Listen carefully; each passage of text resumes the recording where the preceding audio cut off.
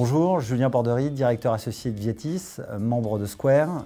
Viatis est un cabinet qui accompagne les grands établissements bancaires et assurantiels, entre autres, depuis plus de 10 ans dans le cadre de leurs projets de transformation et d'innovation.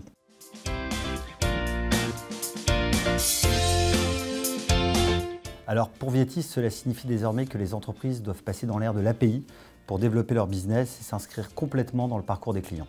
API, Application Programming Interface, est une notion technique.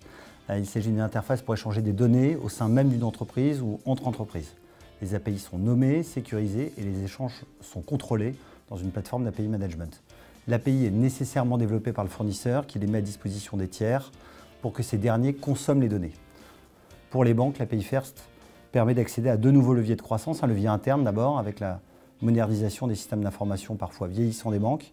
Et d'un point de vue externe, l'usage croissant d'API peut décupler les opportunités business pour les banques.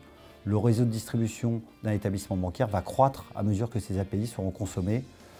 Mais est-ce que les banques seront pour autant dépossédées de leurs données? La réponse est non. La banque garde la main sur les API qu'elle propose et sur les accès à des tiers qui consomment ces API.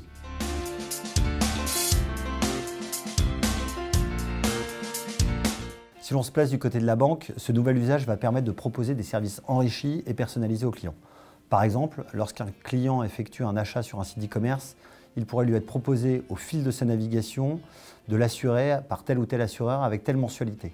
Et si plusieurs assureurs mettent à disposition des API, le client pourra même comparer les prix des assurances. Autre exemple, toujours sur une plateforme e-commerce, ce serait de proposer au client un plan de financement proposé par la banque directement sur le site d'e-commerce avec une offre de crédit correspondant à son achat de façon précise.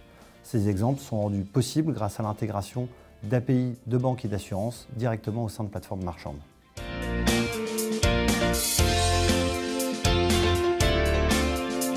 Ce que ce nouvel usage va apporter concrètement au client dans son parcours est l'accès à des services de sa banque depuis des plateformes tierces.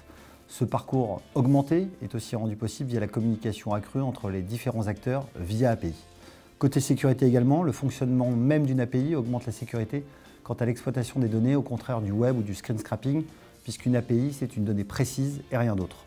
De plus, avec la nouvelle réglementation des SP2, le client devra donner son accord sur les tiers qui utiliseraient ces données, avec un renouvellement de cet accord tous les 90 jours. L'usage d'API va enfin permettre un traitement de l'information en temps réel. En effet, l'interconnexion entre plusieurs services permet au client d'obtenir des informations plus personnalisées et donc d'enrichir son expérience client.